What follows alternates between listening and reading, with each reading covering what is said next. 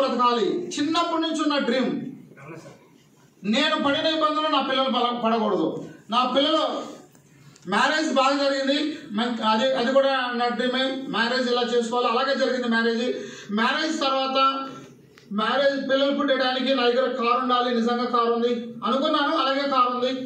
So పిల్లలు కారులో తిరగాలి, బస్సులు ఎక్కకూడదు, చిన్న బళ్ళ మీద తిరగకూడదు, పిల్లలు కారులోనే తిప్పాలి, ఎక్కడికైనా వెళ్ళాలంటే కారులో వెళ్ళాలి.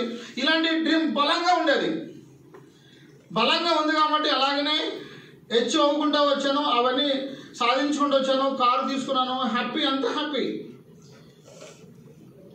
తర్వాత రివర్స్ అయిపోయింది, కంపెనీ మూసేయటం వల్ల టోటల్గా జీరో అయిపోయింది. సో ఇంకా నేను పిల్లలకి మంచి లైఫ్ ఇవ్వాలి, ఇంకా చాలా డ్రీమ్స్ ఉన్నాయి, ఇంకా అంటే చాలా డ్రీమ్స్ ఉన్నాయి.